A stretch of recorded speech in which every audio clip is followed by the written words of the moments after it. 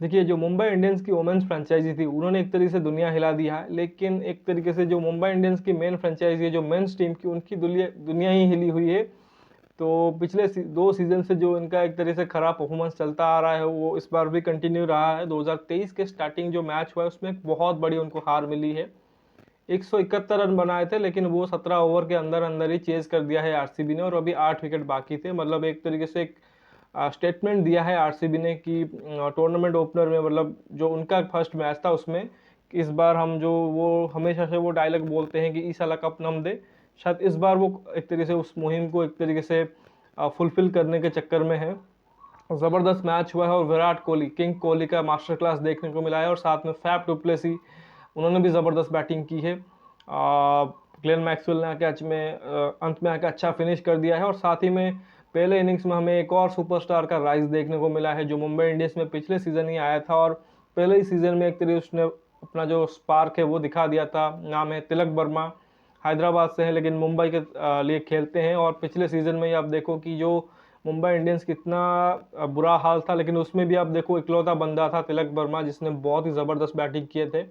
350 से अधिक रन किए थे, और वो इंटेंट जो कि वो क्लियर दिख रहा था, कि वो पॉजिटिव माइंडसेट दिख रहा था, और लग रहा था कि ये जो प्लेयर है वो, मतलब जो हमने सूर्य कुमार यादव से देखा है, जो जिस अप्रोच के साथ वो खेलते हैं, लगभग उसी अप्रोच के साथ खेलते हैं। हालांकि उतने शायद 360 डिग्री वाले प्लेयर नहीं है, लेकिन फिर भी उनके पास बहुत से शॉट हैं, और एक जो उन्होंने आखिर में हेलीकॉप्टर शॉट मार के फिनिश किया, एक समय लग रहा था कि मुंबई इंडियंस, स्टार्टिंग में आप देखो कि 3 विकेट जल्दी गिर गए थे पावर प्ले के अंदर अंदर, रोहित शर्मा हो गए, ईशान किशन, फिर कैमरन ग्रीन को भी नंबर 3 पे यूज़ किया गया था, लेकिन फ्लॉप रहे वो। ज़बरदस्त स्टार्ट आरसीबी ने किया था, सूर्य कुमार यादव भी फेल रहे, लेकिन एक दो अच्छे यंग लड़के थे, मतलब एक तो Tilak Varma already first season से आए थे, जो पिछला सीजन था।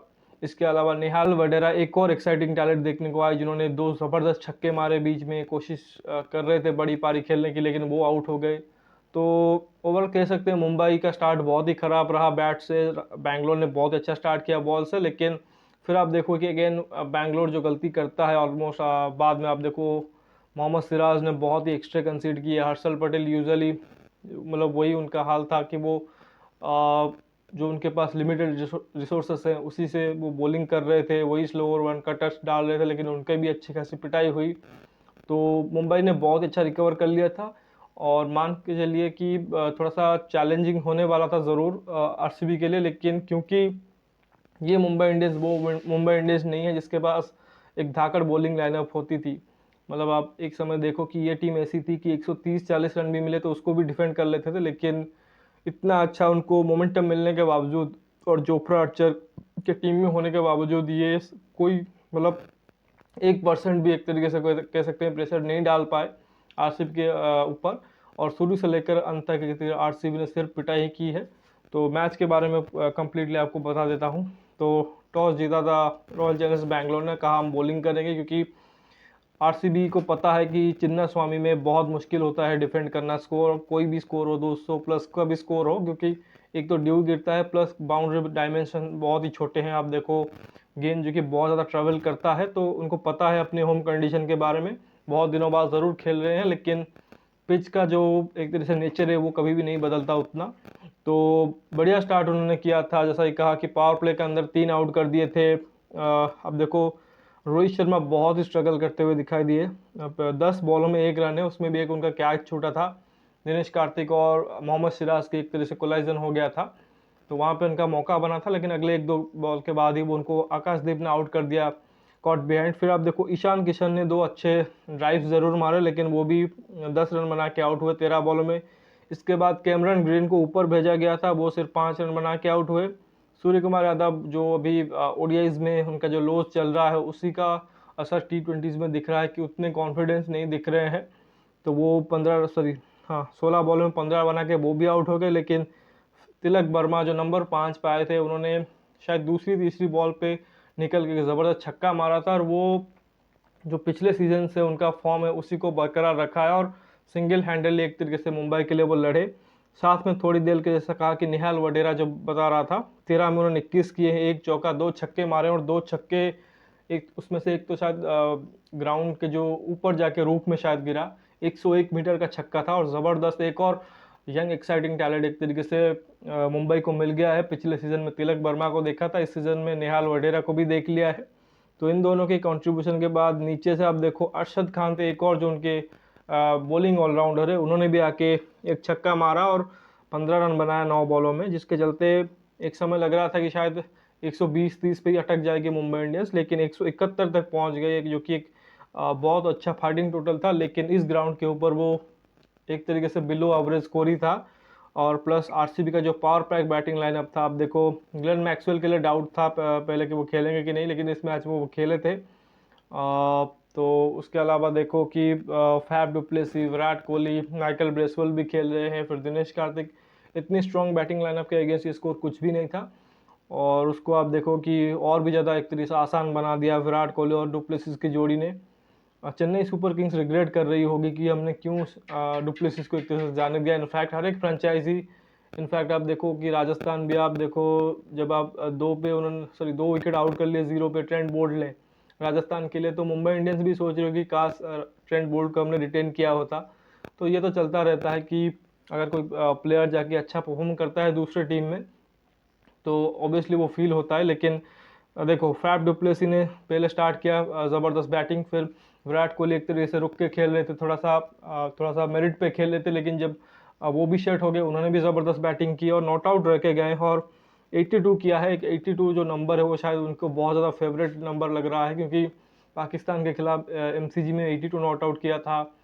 फिर मोहाली में जो ऑस्ट्रेलिया के खिलाफ मैच था उसमें भी शायद 82 किया था नॉट आउट। यहाँ पर भी 82 नॉट आउट है 49 बॉलों में, जिसमें 6 चौके और 5 छक्के भी मारे हैं।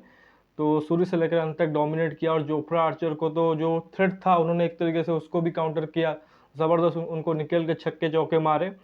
और डुप्लेसी भी बहुत ही बढ़िया खेल के गए, 43 बॉलों में 73 कैप्टनसी इनिंग्स खेल गए। और उसके बाद हालांकि वो आउट हो गए जब तो दिनेश कार्तिक को भेजा गया, लेकिन वो 0 पे आउट हो गए, शायद बहुत जल्दी में थे मैच फिनिश करने में। और फिर मैक्सवेल आए, उन्होंने 3 बॉलों में 2 छक्के मार के मैच फिनिश कर दिया है। 16.2 में 8 विकेट हाथ में थे और मैच फिनिश कर दिया। और ये जो कहीं ना कहीं थोड़ा सा आरसीबी को भी शायद समझ आ गया है कि क्योंकि आरसीबी नॉर्मल इस तरह से शायद आप देखो कि उम्मीद नहीं होता है कि फर्स्ट गेम में ऐसा खेलेंगे। एक शायद वो जो पॉइंट था कि डेथ बॉलिंग, वो थोड़ा सा कंसर्न ज़रूर रहेगा, क्योंकि वहाँ पर उन्होंने ख़राब ज़रूर किया है। लेकिन ये मैच कंप्लीटली उन्होंने डोमिनेट किया। और ये जो बैटिंग रंचेज हमने देखा है वो अलग लेवल का रंचेज, जो हम आरसीबी से अक्सर मतलब उनकी जो प्रीवियस टीम हुआ करती थी वहाँ से देखते थे कि बड़ी बैटिंग लाइनअप थी, Chris Gayle, AB de Villiers, Virat Kohli की। तो उसी प्रकार से दिख रहे हैं। और कहीं ना कहीं ज़रूरी है भी कि आरसीबी के लिए, क्योंकि 10 टीमों का टूर्नामेंट है, तो ऐसे में आप कोई भी मौका जाने नहीं देना चाहते, क्योंकि सामने मुंबई इंडियंस थी और उसमें आप देखो जोफ्रा आर्चर इंजरी के बाद लौट रहे हैं, जसप्रीत बुमराह यहाँ पे नहीं है। जो दूसरे भी गेंदबाज है उसमें आप देखो कि जेसन बेरेंडॉफ, जिनको उन्होंने इम्पैक्ट प्लेयर के रूप में लाए थे, क्योंकि 3 ही फॉरेनर के साथ आज वो उतरे थे। तो जेसन बेरेंडॉफ भी आए, पीयूष चावला और वो रिस्ट स्पिनर उनको खिला रहे थे, कुमार कार्तिकेय नहीं थे। उसके अलावा कुछ बॉलिंग लाइनअप है ही नहीं। मतलब हमने चेन्नई की बॉलिंग ज़रूर देखी थी, फिर भी आप कहोगे कि चेन्नई के पास फिर भी थोड़ा सा एक्सपीरियंस है। मतलब अमित सांटनर, रविंद्र जडेजा, मोइन अली को भी और वो बॉल कराते हैं मैच वहाँ पे, फिर दीपक चहर हैं, तो थोड़ा बहुत वहाँ पे एक्सपीरियंस ज़रूर है, लेकिन इनके पास तो बिल्कुल एक्सपीरियंस नहीं था। और जैसा कि कहा कि जोफ्रा एक इंजरी के बाद आ रहे हैं, तो कहीं ना कहीं वो भी एक तरह से रोहित के लिए प्रॉब्लमेटिक रही, मतलब कैप्टनसी में। प्लस जब आपके पास चॉइसेस नहीं होते हैं, तो पिछले सीज़न में भी हमने देखा था कि वो वही हो रहा था कि क्योंकि उनके पास सिर्फ एक जसप्रीत बुमराह थे, तो उनको वो लेट ला रहे थे चौथे 5वें ओवर पे। तो यहाँ पे भी वही गलती उन्होंने एक बार फिर से की, जोफ्रा आर्चर को चौथे ओवर में शायद लेके आए, जबकि उनको फर्स्ट ओवर में ही कराना चाहिए था। लेकिन आई डोंट थिंक कि बहुत ज़्यादा फ़र्क पड़ता। पिच एकदम सपाट थी, आउटफिट बहुत तेज़ है, और यहाँ पे ऐसा कहा कि एकदम बैटिंग पैराडाइज है, और उसी को एक तरीके से एंजॉय किया। और शायद कहीं ना कहीं मैनेजमेंट जो कि आरसीबी की, वो भी ये भी समझ रही है, जो भी पॉइंट में बोल रहा था पिछले वीडियो में भी कि एनआरआर का, कि अंत में जाके कहीं ना कहीं एक दो टीमें होती है वो फंस जाती है एनआरआर के चक्कर में। तो ये अपॉर्चुनिटीज़ होते हैं, क्योंकि स्कोर उतना बड़ा नहीं था इस ग्राउंड के हिसाब से, प्लस सामने वाली बॉलिंग भी वीक है, तो उन्होंने चांस लिया और मैच जो कि है वो ईजिली बहुत जल्दी ख़त्म कर दिया है। यहीं पे आप सोचो वो आराम से खेल के आखिरी ओवर में मैच जीत जाते, तो उसमें भी कोई प्रॉब्लम नहीं होता। लेकिन जो नेट रन रेट का फ़र्क पड़ेगा वो अब आपको अभी पता नहीं लगेगा, वो आपको एंड में पता लगेगा कि कितना बड़ा पॉइंट वो होता है। कहीं ना कहीं आप ऐसे मौका नहीं चाहोगे, क्योंकि सामने वाले आप देखोगे कि चलो बॉलिंग उतना अच्छा होता तो शायद आप रेस्पेक्ट करते, क्योंकि आगे आपको और भी टफ बॉलिंग खेलनी होगी, तो वहाँ पे आपको हो सकता है मुश्किल हो सकता है आप 1-2 मैचेस हार भी जाओ एक तरीके से बुरी मार्जिन से, क्योंकि आरसीबी के साथ हमेशा से होता है कि कितना भी अच्छा सीजन जा रहा हो, एक आधा मैच वो उनका खराब आता ही आता है, तो उसको शायद कवर अप करने के लिए ये मैच एक तरीके से काम आएगा। तो फिलहाल आप देखो इतने बड़े बैटल में विराट कोहली और रोहित शर्मा के बैटल, हालांकि फैफ डु प्लेसी कप्तान है, लेकिन अभी भी जो फैंस है वो उसको विराट कोहली और रोहित शर्मा से एक तरह से एसोसिएट करते हैं। तो इसमें तो बड़ा बैटल था जो विराट कोहली ने बहुत बड़े मार्जिन से जीत लिया है।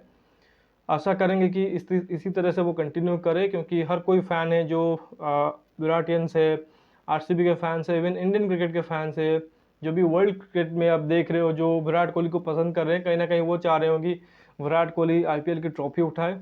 तो दूसरी दफ़ा आप देखो रोहित शर्मा इतने बड़े कप्तान है इतने बड़े फ्रेंचाइजी के, तो वो भी कोशिश करेंगे कि कहीं ना कहीं भले ही जो ट्रांजिशन हुआ है, यंग टीम आए हैं, लेकिन अच्छा क्रिकेट दिखाए और एटलीस्ट पिछले सीजन से तो बेटर करके दिखाए। तो अभी देखो आज के दोनों मैचेस के बारे में आपको इन्फॉर्मेशन दे दी है। बाकी आप देखो कि कल होने वाला है एक और बड़ा मैच, क्योंकि चेन्नई सुपर किंग्स अपने जो गढ़ है अपने घर में चेपॉक में खेलने वाली है।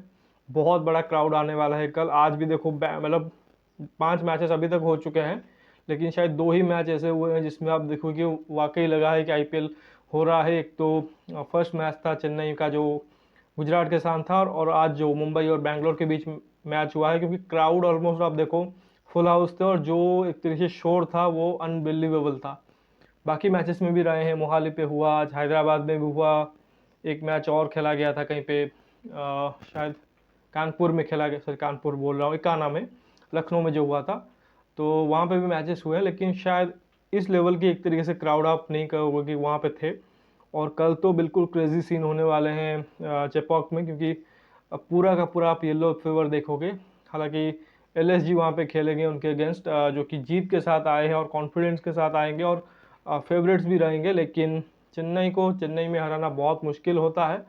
और जो उनकी स्ट्रेंथ मतलब टीम भी बनी थी, मतलब बहुत सारे स्पिनर है, ऑलराउंडर्स है, तो देखते हैं किस तरह से कल क्या चेन्नई सुपर किंग्स जो कि वो कमबैक कर पाती है, एम एस धोनी क्या अपने टीम को जीत एक तरह से दिला सकते हैं, या फिर केएल राहुल की जो लखनऊ सुपर जायंट है वो अपना जो मोमेंटम वो बरकरार रखेगी।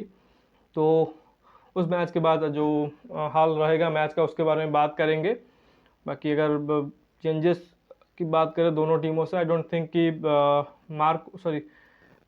जो लखनऊ सुपर जायंट है वो कोई चेंजेस करेंगे इस जीत के बाद।